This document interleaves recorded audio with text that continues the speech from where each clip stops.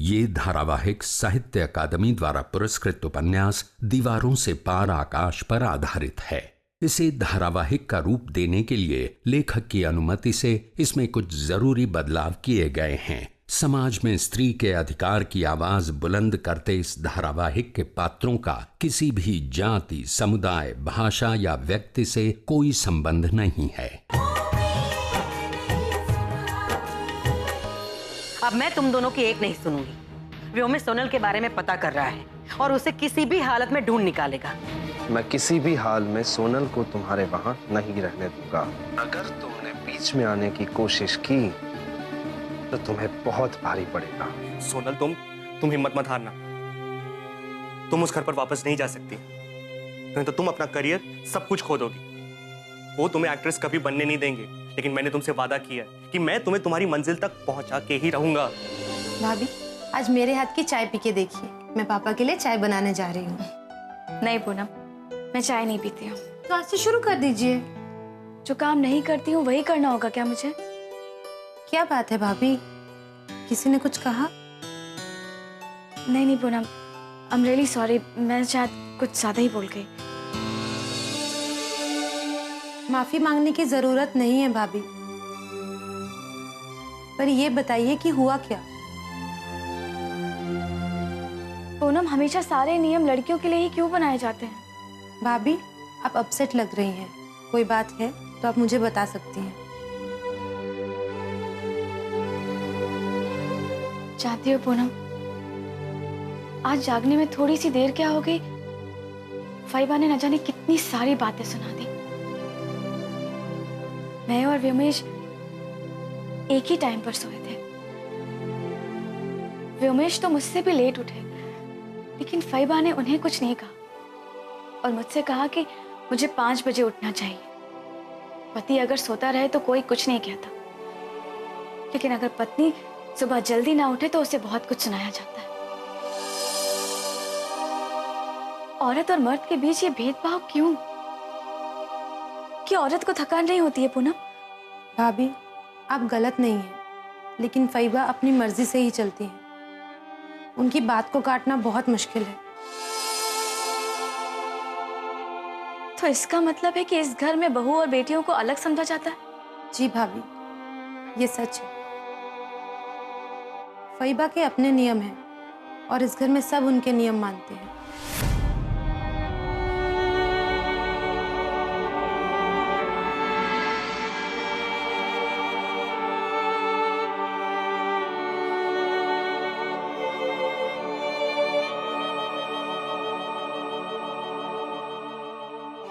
अगर सब उनका नियम मानते हैं तो शायद मुझे भी मानना पड़ेगा।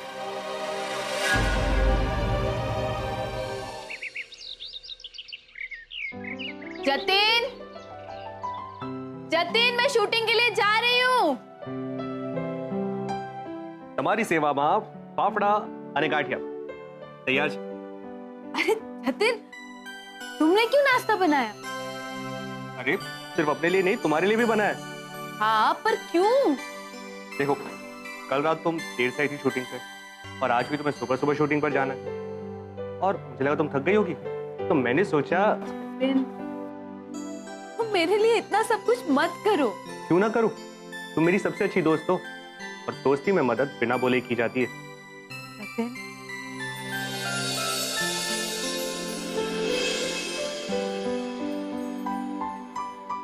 अरे ऐसे क्या देख रही हो? तुम सबसे अलग हो। वो तो मैं हूं। तुम्हें पता है, उस घर में मुझे घुटन होती थी। फैबा है ना, उसने सबको हमेशा अपने कंट्रोल में रखा है। ए, छोड़ो ना तुम्हारी फैबा को। जतिन, व्योमेश भाई ने तुम्हारे साथ जो बर्ताव किया, मैं उसे भुला ही नहीं पा रही हूँ। तुम मेरे लिए इतना कुछ कर रहे हो और व्योमेश भाई। अरे व्योमेश में बिल्कुल भी तमीज नहीं है। सच कहूं ना जतिन, तो फैबा ने व्योमेश भाई को भी अपने जैसा बना रखा है। वो भी बस अपनी मर्जी हमेशा दूसरे पे थोपते रहते हैं। उन्हें ऐसे ही लगता है कि वो जो सोचे वो सही है और दूसरा जो सोचे वो गलत। अरे जवा देने सोनल, तुम अपना मूड क्यों खराब कर रही हो? तुम बस अपने करियर पर ध्यान दो। तुम जितनी बार व्योमेश भाई के बारे में सोचोगी उतनी बार तुम्हें ही तकलीफ होगी, और ऐसे लोगों को अपनी जिंदगी में हावी होने नहीं देना चाहिए। तुम सच कह रहे हो जतिन, मैं जितना उन लोगों के बारे में सोचती हूँ ना, मेरा माइंड डाइवर्ट हो जाता है। तो माइंड को अपने काबू में रखो, कोई चाहे कुछ भी कहे, तू जस्ट रिलैक्स एंड बस आगे बढ़, बस। थैंक यू जतिन, तुम्हारी बातों से ना दिल में एकदम जोश भर जाता है। तो एक काम करो, ये नाश्ता खा लो, इसे खाने से तुम्हारे शरीर में भी ताकत आ जाएगी शूटिंग में जाने के लिए। चलो चलो नाश्ता कर लो, तुम्हें भी लेट हो रहा हो।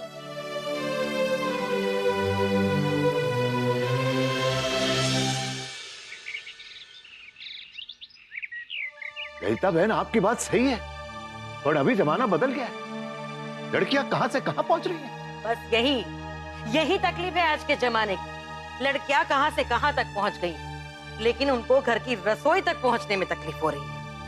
घर परिवार के मन में बसने के लिए तकलीफ हो रही है? अरे लेकिन आप अपनी ये बात को सही क्यों ठहरा रही हैं? मनसुख, समाज के ठेकेदार मूर्ख नहीं थे। उन्होंने जो सामाजिक ढांचा बनाया था वो सबकी भलाई के लिए था। आदमी कमा कर लाता था और औरत घर चलाती थी, और यही परंपरा सदियों से चलती आ रही है। इसी से सामाजिक ढांचे को मजबूती मिलती है। बहन, वो जमाना अलग था।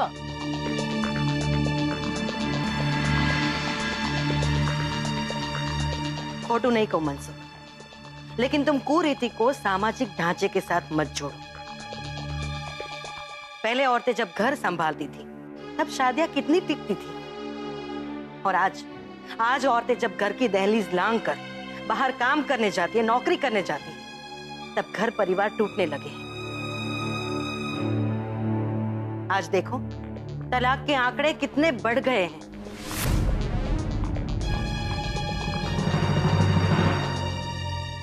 औरतों की घर परिवार के प्रति माया कम होती जा रही है। वो अपने आप अपनी मर्जी से जीने लगी। औरतों के लिए जो नियम बनाए हैं वो ऐसे ही नहीं बनाए। औरतों के लिए स्वतंत्रता घातक साबित हो रही है। फई तो एक औरत होकर औरत की विवश जिंदगी को सही ठहरा रही। सामाजिक ढांचा दूर की सोचकर ही बनाया गया है। एक बार औरत घर से बाहर निकलती है तो उसका परिवार टूटता जाता है। घर, परिवार, पति, बच्चे सब उसके लिए दूसरा विकल्प बन जाते हैं। मनसुख, इस घर में तुम इस ढांचे को तोड़ने की कोशिश मत करना। तुम्हारी लड़के अब इस घर में नहीं रहते। उसको जहां जाना था वो भाग गई, चली गई इस घर को छोड़कर। लेकिन बहन, सोनल अपने पैरों पर खड़ी होना चाहती है, इसमें गलत क्या है? गलत क्या है ये तुम मुझे पूछ रहे हो? उसने घर की दहलीज लांघी है। उससे अच्छा होता कि तुम उसकी शादी करवा देते। सर पर घर की जिम्मेदारियां आती तब उसे पता चलता कि पैरों पर खड़ा होना किसे कहते हैं। अरे मोटी बहन, पर पूनम बड़ी है ना, तो पहले पूनम का लगन होगा ना। बस, तुम लोगों को तो मेरी हर बात बुरी लगती है। तुम्हारी लड़की की भलाई के लिए कह रही हूं। उसे उड़ने का बड़ा शौक चढ़ा है ना, देख लेना एक दिन उसका यही शौक उसे ले डूबेगा। अब मुझे इस बारे में और कोई बहस नहीं करनी है। फईबा, मैं भी ऑफिस के लिए निकलता हूँ। जय श्री कृष्ण। उभो रे दिकरा, आज शाम को तुम क्या खाना पसंद करोगे? वसुधा बना देगी।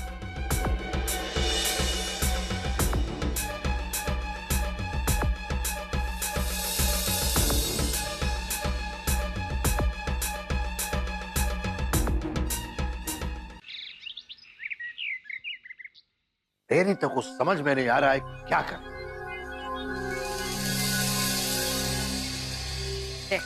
उसमें क्या है? जाओ, जाके मोटी बहन से पूछो, अच्छे से अपने जमाने के हिसाब से सलाह देगी। ये तू मुझे मत सुना।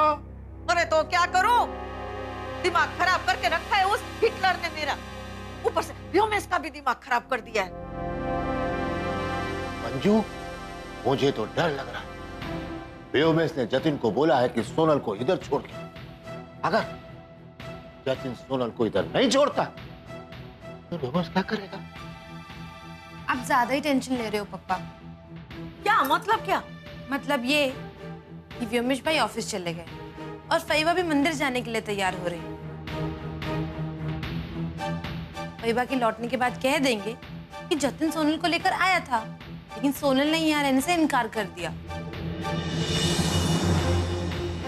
बात तो 100% साची है। हाँ? वैसे मेरी सोनल तो बहुत होशियार है, लेकिन व्योमेश जतिन को तंग ना करे ना, उसके लिए हमें कुछ रास्ता तो सोचना पड़ेगा। हो मिल गया। क्या? रास्ता रास्ता मिल गया मंजू। बेन मंदिर गई है, लेकिन भगवान ने रास्ता मुझे दिखाया। अरे लेकिन बताओ तो सही, क्या रास्ता? क्या?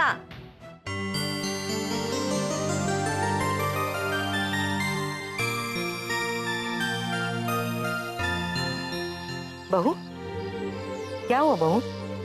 कुछ नहीं। चलो, पता नहीं आजकल के लोगों को क्या हो गया है। मंदिर जाने की बात करो तो मुंह उतर जाता है, लेकिन सिनेमा में जाने की बात करो तो चेहरे पे एकदम खुशी आ जाती है। सच में कलयुग आ गया है, कलयुग। सिनेमा देखते ऐसे जाते हैं जैसे कोई खजाना गड़ा हो थिएटर में। चलो बेटा।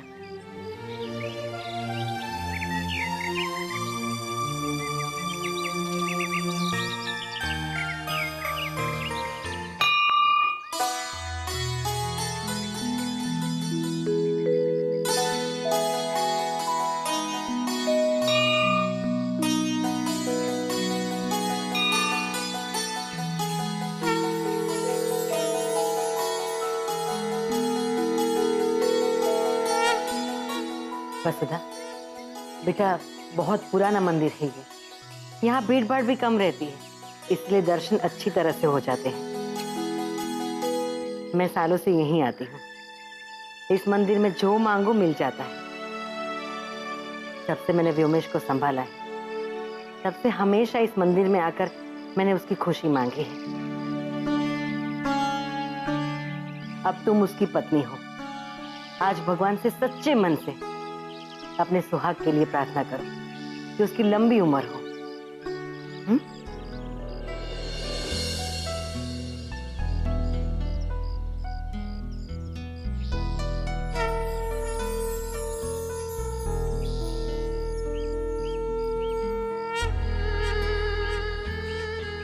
कितनी अजीब बात है, शादी के बाद लड़की का वजूद मिट ही जाता है। मांग में सिंदूर लगने के बाद लड़कियों को मन की सारी इच्छाओं से दूर कर दिया जाता है। ऐसा क्यों? फई ने तो कह दिया कि मैं अपने सुहाग की लंबी उम्र की प्रार्थना करूं, पर अगर व्योमेश यहाँ होते तो क्या वो मेरी लंबी उम्र की प्रार्थना करते? क्या लड़की के लिए और कोई आशीर्वाद हो ही नहीं सकता?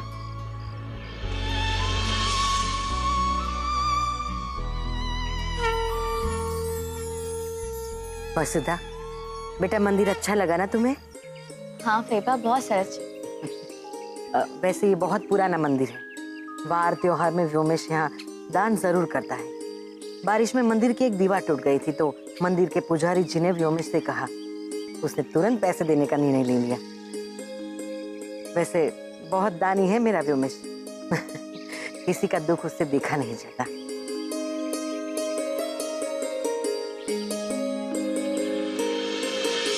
सुधा, तुम? अरे बेला, तुम केम छे? तू एकदम मजामा। और तुम? मजामा। शादी के बाद तू तो गायब सी हो गई बिल्कुल। कहाँ है आजकल?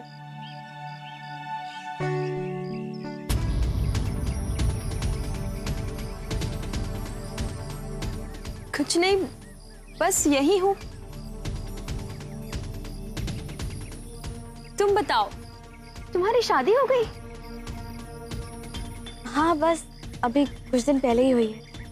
ये मेरी फई सास है। जय श्री कृष्ण काका। जय श्री कृष्ण दिकरा। बेला,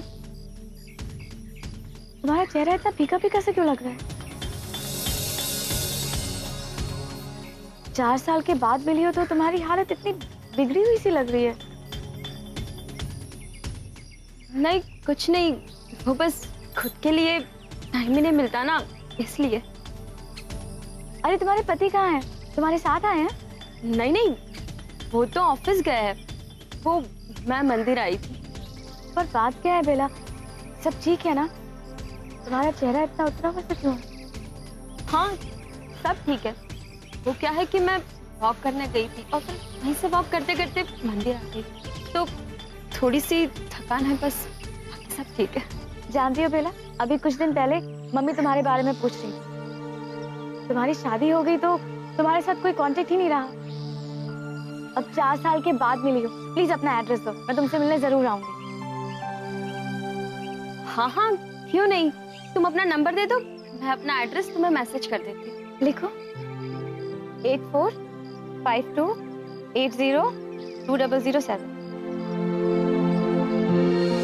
मम्मी पापा ने कहा है कि अगर वो लोग तुमसे मिलने आएंगे तो फैबा बुरा मान जाएगी, इसलिए मम्मी ने बोला है कि मैं यहाँ आती जाती रहूं। सॉरी, बिना बताए आ गई। तुम्हें बुरा तो नहीं लगा?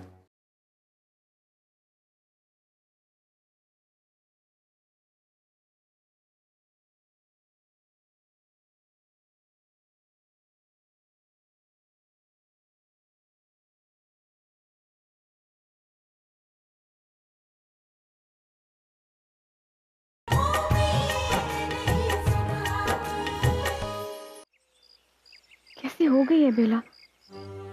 मैं तो इसे देखकर शॉक्ड ही रह गई।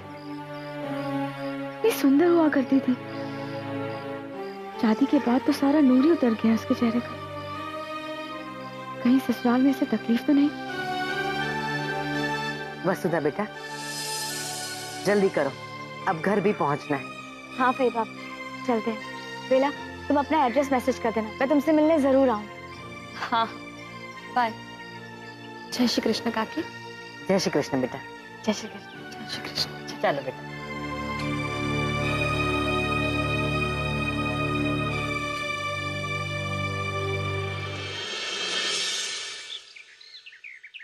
अरे जतिन, कितना टाइम लगेगा तुमको? दरवाजा बंद कर लो, मुझे जाना है।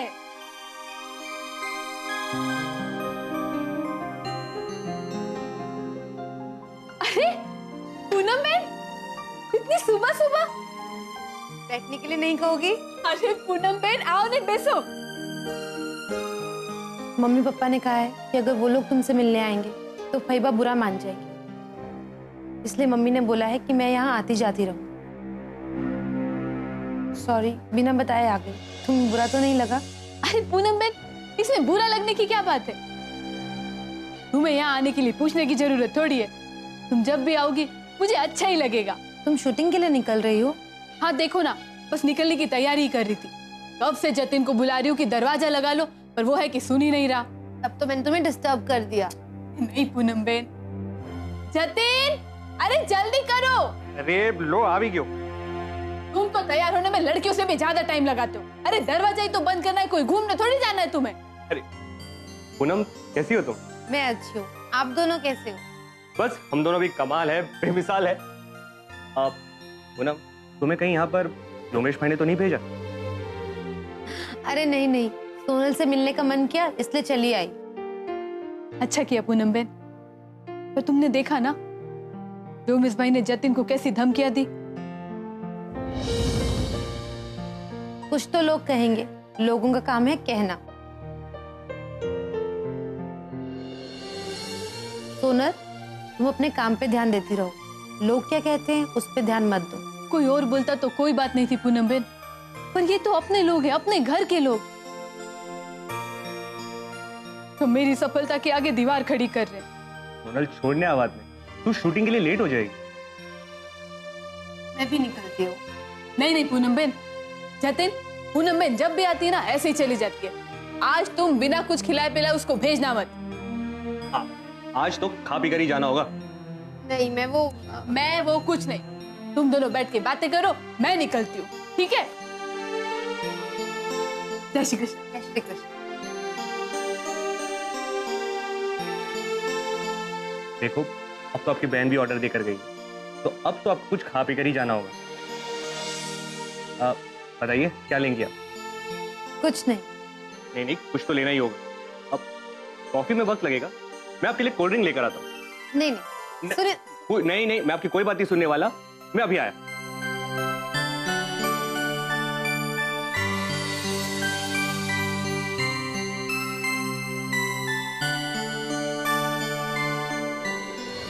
पियो पियो, जितना चाहे पानी पियो। हाँ, अरे हो सके ना तो सर पर भी डाल लो, फिर देखना मोटी बहन अब कैसे आपके निर्णय पर हम पानी फेरते हैं।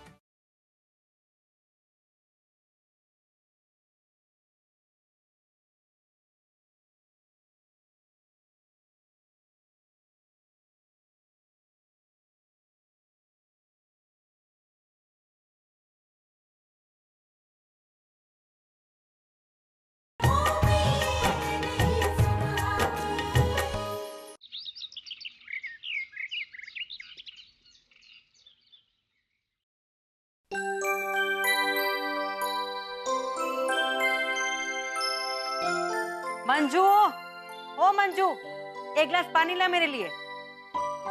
बेटा, ये पूजा की थाली पूजा घर में रख दो। कि बेला ने अपना क्या हाल बना रखा है। अभी भी सोचती हूँ तो उसका फीका चेहरा सामने आ जाता है।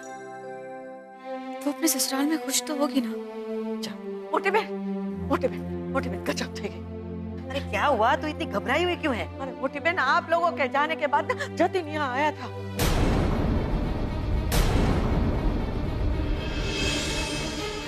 वही लड़का ना जिसके साथ तुम्हारी सोनल रह रही है? हाँ बे। कहाँ है सोनल? बुलाओ उसे यहाँ। अरे सोनल तो उसके साथ वापस चली गई, लेकिन जतिन ना बहुत गुस्से में था। वो जो उसने धमकी दी थी ना, वो बहुत गुस्से में था, सोनल को लेके चला गया। गुस्से में था तो क्या कर लेगा? हाँ, एक तो हमारी लड़की उसके साथ रह रही है, ऊपर से हमें गुस्सा दिखा रहा है। फोटो नहीं कहूँ मंजू, अगर मैं यहाँ होती ना तो खींच के 2 थप्पड़ लगाती उसे। अरे मोटी बहन, वो सब तो ठीक है, लेकिन वो ना आपके भाई के हाथ में कुछ कागज दे के गया है। कैसा कागज? वो तो मेरे को कुछ नहीं मालूम मोटी बहन, मैंने बहुत रोका समझाया लेकिन कुछ समझ में नहीं आया। मुझे लगता है कि आपके भाई ने उसको समझाने गए। बहुत गड़बड़ हो जाएगी मोटी बहन, कुछ तो गड़बड़ है।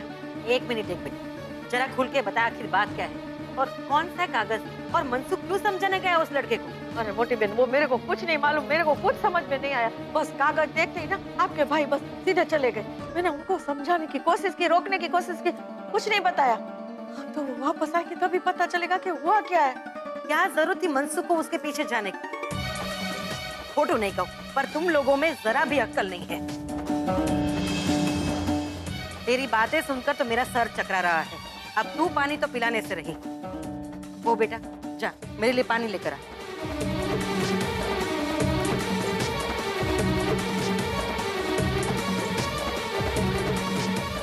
पियो पियो, जितना चाहे पानी पियो। हाँ, अरे हो सके ना तो सर पर भी डाल लो, फिर देखना मोटी बहन अब कैसे आपके निर्णय पर हम पानी फेरते हैं। ये क्या पागलपन है?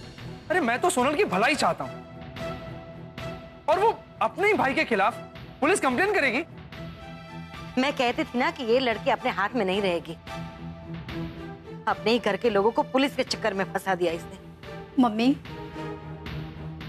व्योमेश जीजा जी बहुत अच्छे इंसान है, तभी तो इतना सब कुछ होने के बाद भी उन्होंने शादी का निर्णय लिया। अगर वो पुलिस स्टेशन जा सकता है तो हम भी जा सकते हैं।